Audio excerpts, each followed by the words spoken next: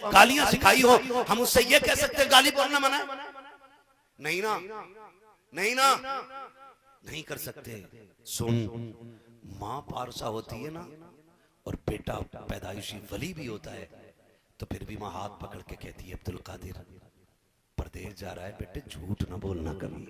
हाय हाय हाय, क्योंकि माँ अच्छी थी, माँ अच्छी थी। आज 10 रुपए दे करके दुकान से बच्चा 10 रुपए भी ले आ रखा है, धनिया भी ले आ रखा है, 10 रुपए भी ले आ रखा है, हरी मिर्च भी ले आ रखा है। फिर माँ ये नहीं कह रही बेटा गलत किया है, बल्कि कहती मेरा बब्बू कितना चालाक हो गया है, पैसे भी बचा लाया, धनिया भी ले आया। जब बच्चों की इस तरह हौसला अफजाई होती है तो फिर बेटे इबादत गुजार नहीं बनते हैं, डकैत और दज्जाल और कज़्ज़ाब बना करते हैं। अपने बच्चों की नस्ल, अपनी नस्लों पर तरबियत का खास ख्याल रखें। अपने बच्चों को तालीम ऐसी दे कि वो आगे बढ़ के कहें कि मेरे बाप ने कभी झूठ बोलना नहीं सिखाया है, मेरे बाप ने कभी गलत बोलना नहीं सिखाया है। अपने बच्चों को ऐसी तालीम दो खुदा की कसम कि वो जहां भी रखे तुम्हारे नाम से पहचाने जाने लगे, और उनकी तरबियत को देख के लोग कहें अगर बेटा इतना सच्चा है तो बाप कितना अच्छा रखा होगा, बाप कितना अच्छा रखा होगा।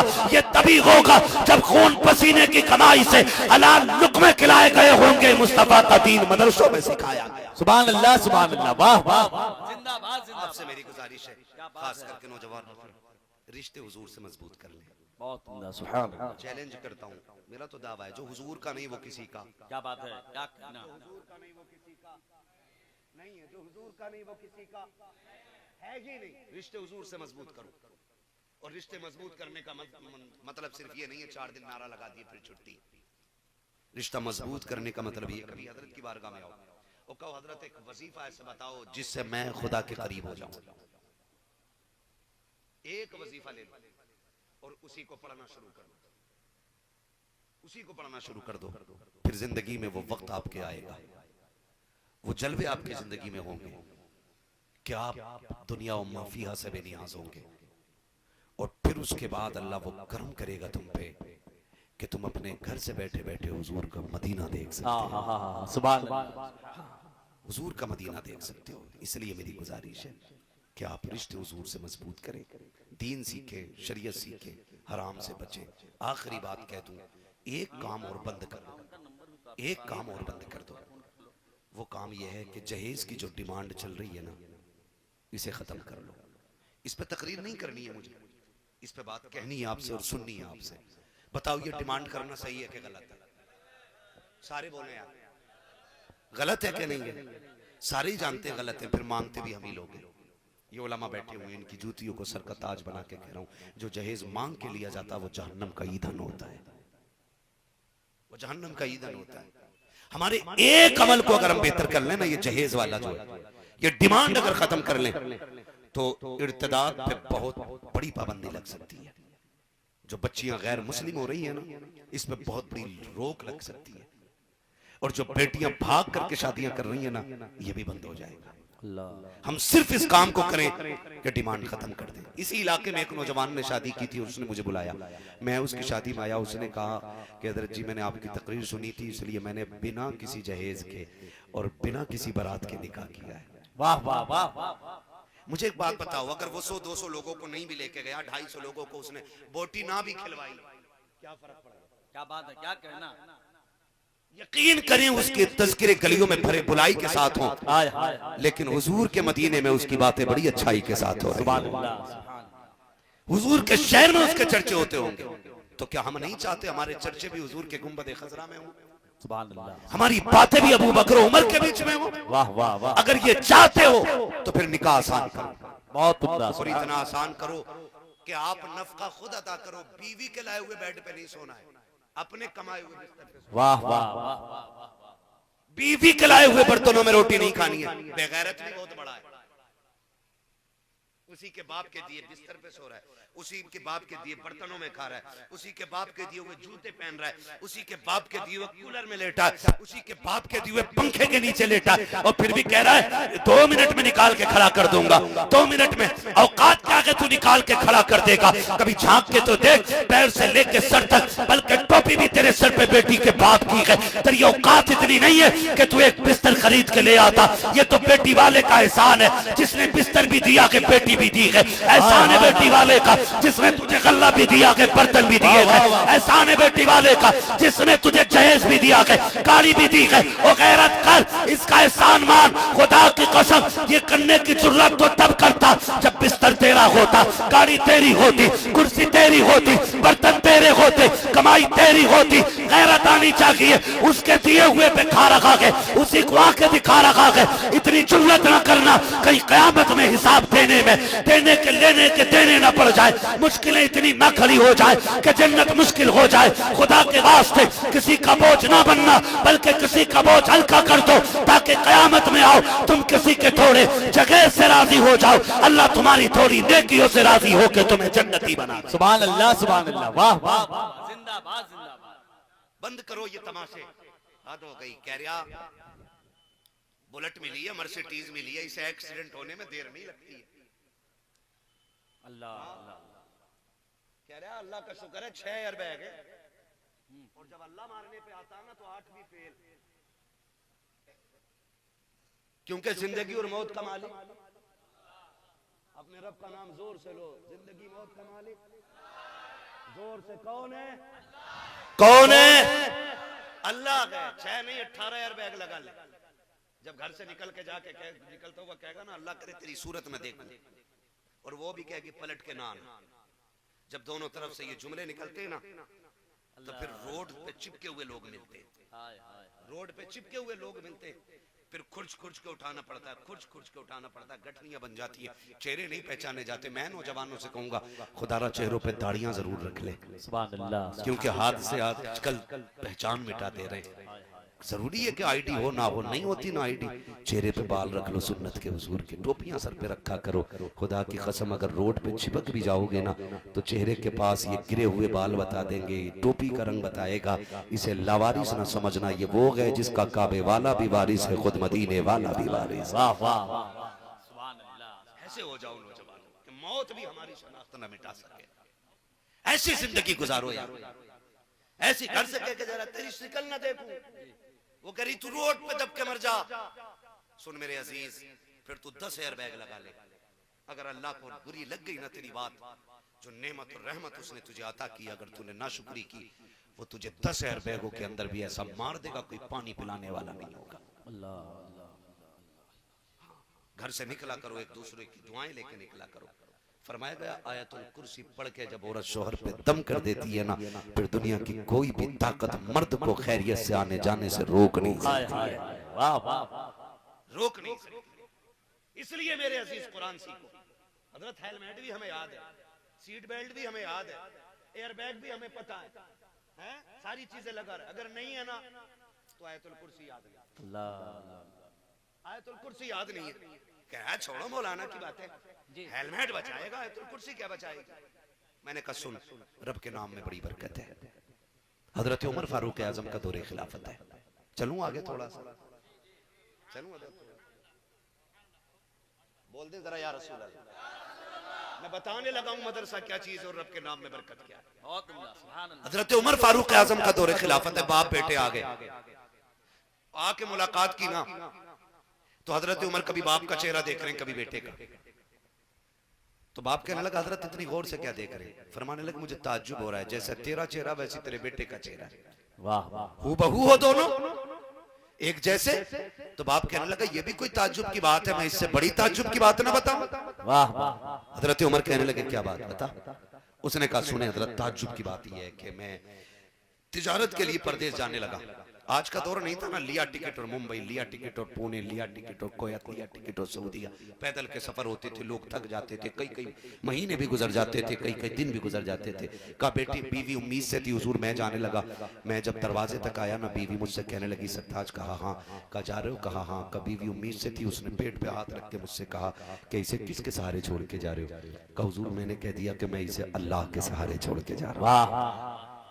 कहते मैं चला गया और जितने दिन काम के थे मैंने काम किया, वापस आने लगा ना तो विलादत के दिन पूरे हो गए। जब विलादत के दिन पूरे हो चुके मैं वापस आ रहा सोच रहा था बेटा होगा तो ये नाम रखूंगा, बेटी होगी तो ये नाम रखूंगा। का ये सोचते सोचते मुश्किल से वतन आया। जैसी मोहल्ले में पहुंचा दरवाजा पे बंद ताला लगा देखा। मैंने कहा ये क्या बात है, मोहल्ले के लोग मुझे देख के आ गए। मैंने कहा क्या हुआ? कहा मेरे बीवी को छोड़ के गया था, ये ताला कैसे लगा है? एक बूढ़े की आंख में आंसू आए। कहा 3 दिन हो गए उसका इंतकाल हो गया, हमने काफी तरह इंतजार किया, तू नहीं आया, तेरे बगैर हमने उसे दफन कर दिया। खातून ने जब खातून को इंतकाल के बाद हम दफन कर चुके, हम तेरी राह देखते रह गए। इतना सुना शोहर की आंख में आंसू आ गए। उसने कहा हुजूर मैंने मोहल्ले वालों से कहा कि मैं वो कम नसीब हूं जिसे बीवी का जनाजा ना मिल सका। मैंने लोगों से कहा बच्चे का क्या हुआ? कहा वो भी मां के शिकम में था, हमने ऐसे ही उसको दफन कर दिया। अल्लाह अकबर। वो कहता सरकार मैंने इतना सुना मैं बेकरार हो गया। मैंने कहा चलो काम करो, मुझे बीवी की कब्र दिखा दो, कम से कम फातिहा तो पढ़ लूंगा जा करके। और तुम्हें खुदा का वास्ता दे के कहता हूं अगर रब ने तुम्हें बीवियों वाला बनाया है तो इनकी कदर करना, इनकी इज्जत करना। उनसे पूछो जिनके जोड़े बिछड़ जाया करते हैं। जिंदगी में बार बार गालियां दे करके किसी की बेटी को जलील करने की कोशिश न करना। याद रखना जब बीवियां चली जाती हैं तो मर्दों की जिंदगी पे मक्खियां भिनक जाया करती हैं। किस चीज के घमंड में रहते हो? खुदा की कसम खा के कहता हूं मैंने तजर्बाकार लोगों को कहते सुना है अल्लाह ने जो बरकतें पहली बीवी में रखी है वो 10 कर लो तब भी वो लज्जतें और बरकतें नहीं मिला करती है, इसलिए कि दूसरी मजबूरी में आया करती है, पहली वाली तेरे घर में तेरी मोहब्बत में आया करती है। जिंदाबाद जिंदाबाद। वाह वाह हाँ क्या कहना, बहुत बात बात में धमकी दे रहा लिया हूं दूसरी, हाँ लिया हूं दूसरी। तुझे तो एक मुश्किल से मिली है बेगैरता, दूसरी की लाने की बात कर। क्या बात है, क्या कहना। वाह वाह। खुदारा किसी की बेटी को जलील न करना। हाय हाय इस्लाम ने 4 बीवियों की इजाजत दी है, बहुत ठीक है ना जी? लेकिन हर हरे गहरे नत्थु खैरे के लिए नहीं है। पूछे मुफ्ती साहब के बिला से, एक को लेकर दुबई में रह रहा है, दूसरी गांव में मक्खी मार रही है, अब बता तुझसे हिसाब नहीं पड़ेगा? एक मुंबई में, दूसरी यहां बकरी पाल रही है, अल्लाह कैसा हिसाब देंगे हम लोग? महबूब अलैहिस्सलाम की जिंदगी देखो, हुजूर ने 9 या 11 निकाह फरमाए, ठीक है ना? कम से कम 9 की रिवायत और ज्यादा 11 की। 9 मानो या 11 मानो, इंसाफ का आलम यह था कि हुजूर को अगर किसी दूसरी बीवी के पास जाना होता, ऐसी बीवी के पास जिसका नंबर उस दिन ना होता, तो जिसका नंबर होता हुजूर पहले उससे इजाजत लेते थे, फिर दूसरी के पास जाते थे। और आज क्या कह रहे? आज की कंडीशन, माफ कीजिएगा, होने के बावजूद इंसाफ क्या करेंगे? ना होने के बाद भी लोग सितम कम नहीं करते। मैं क्या कह रहा हूं समझ रहे मेरी बात? अल्लाह ना करे किसी का जोड़ा बिखरे, खुदा करे लंबी जिंदगी पाए सारे जोड़े, आमीन। माँ या बाप के गुजर जाने से उनकी टूटी हुई जोड़ी तो बन सकती है, लेकिन औलाद को गया हुआ प्यार नहीं मिला करता है। कई बच्चों की ये कहानियां हैं, माँ इंतकाल कर गई, अब्बा ने दूसरा निकाह कर लिया कि वहां लेकर रह रहे हैं वो बच्चे। आज बच्चियां परेशान है, किसी के बर्तन धो के रोटी खा रहे हैं, किसी के घर में काम करके रोटी खा रहे हैं। क़यामत में क्या मुंह दिखाओगे अल्लाह को यार? क्या मुंह दिखाओगे? जाने के बाद तुम इंसाफ न कर सके उसके साथ। क्या बात। और याद रखिए माँ कब्रिस्तान भी चली जाए तो दिल औलाद के पास रह जाता है। हाय हाय हाय। वाह वाह वाह वाह वाह वाह वाह। बहुत बड़ी बात मैंने कह दी, हो सकता है किसी को इख्तिलाफ। अरे बहुत उम्दा। जिंदाबाद जिंदाबाद। माँ कब्रिस्तान भी चली जाए हाय हाय। दिल औलाद के पास रह जाता है। मैं आज तक खातून जन्नत की वो बात नहीं भूला जब आपने मौलाए कायनात मौला अली को बुलाकर क्या आखिरी वक्त में कहा था, अली कोई कमी हो गई हो तो माफ कर दिया जाए। बात लंबी होगी, तफसील से बयान करूं तो इसमें एक जुमला जो खातून जन्नत ने कहा था, अली एक बात और याद रखना, मेरे बाद आप निकाह करेंगे, याद रखना निकाह आप करें बेशक हक है आपका, लेकिन महीने में एक दिन मेरे बच्चों के लिए निकाल लिया करना। कहीं ऐसा ना हो कि दूसरी बीवी के आने के बाद आप बच्चों को भूल जाएं। हालांकि मौलाए कायनात से ये उम्मीद नहीं की जा सकती, लेकिन ये माँ का दर्द है, यह एहसास है और मैंने तो यहां तक बुजुर्गों को फरमाते सुना है, जब किसी इंसान की रूह निकलती है और वो दरवाजा पार कर जाती है, फिर मुड़ के पीछे रोने वालों को देख के कहती खबरदार खबरदार, दुनिया वालों ख्याल रखना, आज मेरे जनाजे पे रोने वाले मैं छोड़ के जा रहा हूं। इनमें एक बेवा के 4 यतीम छोड़े हैं, 4 यतीमों में 3 बेटी 1 बेटा छोड़ के जा रहा हूं। खुदा के वास्ते मेरी बीवी के कपड़े ना उतरवाना, मेरे बच्चों से जूतियां उठवा के रोटी ना देना, ख्याल रखना मैंने यतीम और बेवा छोड़ दिए हैं, इनको जलील करके टुकड़े ना देना, अगर हो सके तो इन्हें इज्जत से टुकड़े देना, वरना जलील करके इनको रुसवा करके रोटी ना देना। इसलिए मैं तुमसे कहना चाहता हूं, किसी की बेटी को जलील और रुसवा ना करना। उसने कहा सरकार में आया, मैंने कहा मेरी बीवी की कब्र बता दो ताकि मैं बैठ के फातिहा पढ़ सकूं। लोगों ने कब्र बताई, मैं कब्र पे आके फातिहा पढ़ने लगा। कल रात का सन्नाटा हो गया, जब मैं वापस जाने लगा मुझे एहसास हुआ कि इसकी कब्र से आग जल रही है। मैं वापस पलट आया, फिर बिस्तर पे लेटे लेटे मैं सोचने लगा मेरी बीवी तो वफादार भी थी, पर्दे वाली भी थी, शरीयत की पाबंद भी थी, उसकी कब्र में आग का क्या मतलब है। कैसी चीज में जहन घूम गया, मैंने कहा क्यों न चल के कब्र को देखूं, उसकी कब्र का ये हाल क्यों है। कहा जब मैं आया मैंने रात में फावड़ा लिया, कब्र खोदी, तख्ता हटाया, कहा जैसी पहला तख्ता हटाया है हजरत में देख के हैरान रह गया कि मैंने उसकी कब्र में जहां आग लगते हुए देखी थी, अब देख रहा हूं उसकी कब्र से मुश्क की खुशबू आ रही है, कफन भी सलामत है, बदन भी सलामत है। मैंने सोच लिया ये मेरे जहन का धोखा रहा होगा, मैं तख्ता रखना चाहता था। इतने में अंदर से बच्चे की रोने की आवाज आई, जैसी रोने की आवाज आई है सरकार बर्दाश्त न कर सका,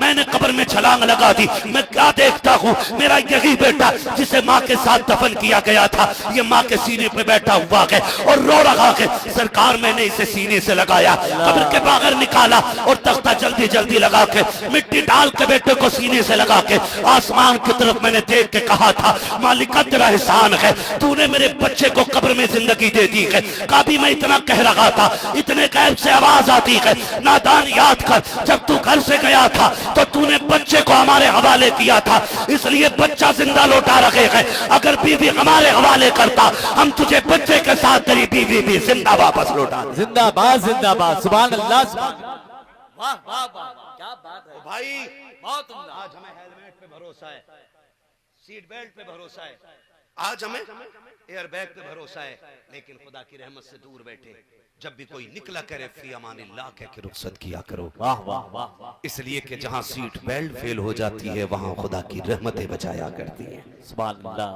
है ना। अक्सर मेरे भाई परदेश रहते हैं, मेहनत करते हैं, कमाते हैं, हालात कितने नागुफ्ता भी हैं। अभी दिल्ली के अंदर एक मुस्लिम कैब ड्राइवर को किसी ने बुक किया और बुक करके जंगल में ले जा करके उसका कत्ल कर दिया। मैं कहता हूँ नौजवानों बहुत एहतियात से रहने की जरूरत है जी, बहुत अच्छा, एहतियात से रहने की जरूरत है। हिंदुस्तान के हालात ये है कि कुत्ता मर जाए तो उस पर दुनिया रोएगी और मुसलमान मरते हैं तो दुनिया ठट्टे लगा रही है। इसलिए खुदारा अपनी जिंदगी अपने रब के हवाले करो, रब की अमान में दे दो, मत करो भरोसा सीट बेल्ट पे, भरोसा करना है तो रब की रहमत पे भरोसा करो। परदेश रहते हो यार, बहुत दूर रहते हो, बहुत दूर रहते हो, और कितने तो ऐसे हैं माँ बाप से भी दूर रहते हैं, बहन भाई भी दूर रहते हैं, सिर्फ इसलिए ताकि माँ बाप के ख्वाब पूरे किए जा सके, बहन भाई की जरूरतें पूरी की जा सके, बहन को इज्जत से अच्छे घर तक रुखसत किया जा सके। मैं कहना चाहूंगा अमीरों से जिन्हें अल्लाह ने 4 रोटी खाने की तौफीक दी है, खुदारा बोझ ना बने किसी की बेटी पे। बेटे परदेश काटते काटते बूढ़े हो गए, अपने लिए नहीं, 2 रोटी तो अपने लिए वो यहाँ रह के भी कमा सकता था, लेकिन तुम्हारी डिमांड बुलेट की थी, तुम्हारी डिमांड 156 लीटर की फ्रिज की थी, तुम्हारी डिमांड बड़े बेड की थी ना। उसी डिमांड को पूरा करते करते एक भाई 10 साल परदेश काट गया। खुदारा मैं तो ये कहता हूँ, परदेश जब जाने वालों की जिंदगी आप देखो ना, एयरपोर्ट पे कभी हम लोग खड़े होते हम देखते हैं, खुदा की कसम एक जनाजे से बड़ा जनाजा लगता है जब कोई बेटा माँ बाप को छोड़ के परदेश जाता है। जनाजे के जाने के बाद ये सब्र है कि वो मिट्टी में चला गया, लेकिन तुम्हें पता है तुम्हारे जाने के बाद तुम्हारी बहनें, तुम्हारे माँ बाप दरवाजे पे बार बार आते कि अभी इसी राह से उसके जाने की खुशबू आ रही है, अभी बेटे की खुशबू महसूस कर रहे हैं दरवाजे पे आकर के। मैं तो ये कहता हूँ अमीरों से गुजारिश है, खुदारा अब उम्मत पे इतना सितम न करें कि ये माँ बाप से दूर हों, अब इतना जुल्म न करें कि ये बच्चे छोड़ के चले जाएं।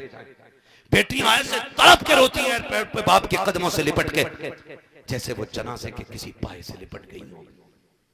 मुश्किल होता है छुड़ाना। खुदारा बेटे वालों से गुजारिश है, इतनी आसान शादियां कर दो कि कोई बाप बेटी से जिंदगी भर दूर न रह सके। क्या बात है, क्या कोई बेटा मां से जिंदगी भर दूर न रह सके। एक सबसे बड़ी दौलत मां की तो थी जिसे हम वक्त न दे सके। कभी बहनों की जिम्मेदारियों ने परदेसी बनाया, फिर पलट के आए तो बेटियों के हाथ पीले करने की फिक्र आ गई।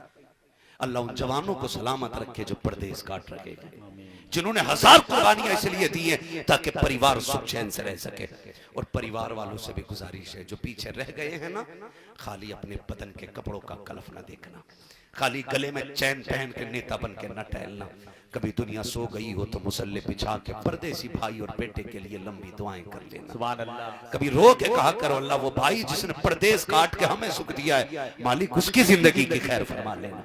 कभी उनके लिए भी छोलिया फैलाया करो, वरना ये एक अलग मैटर है कि इस बात पर भी रोना पड़ता है कि जो भाई परदेस काट के आता है ना, 20 साल आने के बाद फिर से परचूनी की दुकान रखनी पड़ती है। बाकी सारे भाई सेटल हो गए, जिसकी दौलत से सारे सेटल हुए हैं, आज वो फिर परचूनी की दुकान पर बैठ के बच्चों को चटनी खिला रहा है। ये अलमिया नहीं है। जिसने कमाया उसके साथ इंसाफ करो, हौसला अफजाई करो। अल्लाह हमारे उन जवानों को सलामत रखे जो परदेस रहते हैं, अपने घर के लिए भी कमाते हैं और हुजूर के दीन के लिए भी कमाते हैं। ये जलसा किसी एक दिन की मेहनत का नतीजा नहीं है, इसमें बड़े महीने लगते हैं तब जाके एक जलसा होता है, बड़ी मेहनतें लगती हैं। अल्लाह इन जवानों को सलामत रखे। अगर जलसे हमारे जैसों के ऊपर होते तो शायद 1% भी जलसे ना होते। ये तो जलसे इन नौजवानों के जिम्मे हो गए हैं कि जो हर साल हर जवान अपनी बस्ती में कम से कम एक महफिल हुजूर के नाम की जरूर। सुभान अल्लाह। और अल्लाह उसकी बरकतें अता फरमाता है। और बरकतें क्यों ना हो, जब ऐसे जिम्मेदार उलमा मुफ्तियाने किराम की सदारत हो तो फिर जलसे कामयाब नहीं मकबूल हुआ करते, मकबूल हुआ करते। अल्लाह ताला इस महफिल को अपनी बारगाह में कबूल फरमाए। फरमाएगा या अय्युहल्लज़ीना आमनू उदखुलू फिस्सिल्मी काफ़ा, ईमान वालों पूरे पूरे इस्लाम में दाखिल हो जाओ। नौजवानों, जहेज की डिमांड करोगे? बोल सकते तो बोलें जरा। ये बहुत अच्छा इलाका हो, मैं आपसे कह दूं शराब, जहेज, डीजे बाजे बंद कर दो, तुम्हारे बहराइच, तुम्हारे पड़ोस के अंदर सैकड़ों मदरसों पे बुलडोजर चल गया है, सैकड़ों मस्जिदें तोड़ी जा चुकी है। अल्लाह। लेकिन हमारे डीजे पे फर्क नहीं पड़ रहा, हमारी बारातों की आतिशबाजी पे फर्क नहीं पड़ रहा। मौलाना होने दो ना, सेठ साहब है, कल्लू सेठ है, मल्लू सेठ है, बब्बू सेठ है। अगर आज भी धूमधाम नहीं हुई तो हमारी सेठगिरी का क्या फायदा। सुन, अगर ज्यादा घमंड हो ना, कब्रिस्तान जा, टूटी कब्रें देख, पता चल जाएगा हुए नाम वर बेनिशां कैसे कैसे, जमी खा गई आसमां कैसे कैसे। हाँ, कुछ दिन की पधानी है, कुछ दिन की ठेकेदारी है, ना करो हुजूर के दीन के साथ खेल। इतना आसान कर दो, अद्दीनु युस्रुन, दीन मुश्किल नहीं है, दीन आसान है। मुश्किल हमने कर रखा उसको। बारात का तसव्वुर ही नहीं इस्लाम में, लेकिन 250-250 लोग जाके बेटी वाले का बेड़ा गर्क करने पे लगे। मेहंदी का तसव्वुर ही नहीं है इस्लाम में, हल्दी का ख्याल ही नहीं है इस्लाम के अंदर, लेकिन सारे मेंढक बने घूम रहे हैं। मैं समझता हूँ अगर सिर्फ हल्दी और मेहंदी के खर्चे से अगर इस्लाम की रोशनी में निकाह किया जाए तो 10 से ज्यादा बच्चियां इज्जत के साथ रुखसत होके किसी के घर की जीनत बन सकती है। वाह वाह वाह। करें, कौन करेगा इस दीन पे अमल? क्या बात है। हम नहीं करेंगे तो कौन करेगा? बहुत हमें ही करना है। और रह गई अमीर ससुराल और गरीब ससुराल की बात, तो फिर वही बात रज़ाक अल्लाह है। बेशक रज़ाक अगर ससुर होते ना तो फिर किसी का दामाद ना भिखारी नहीं होता।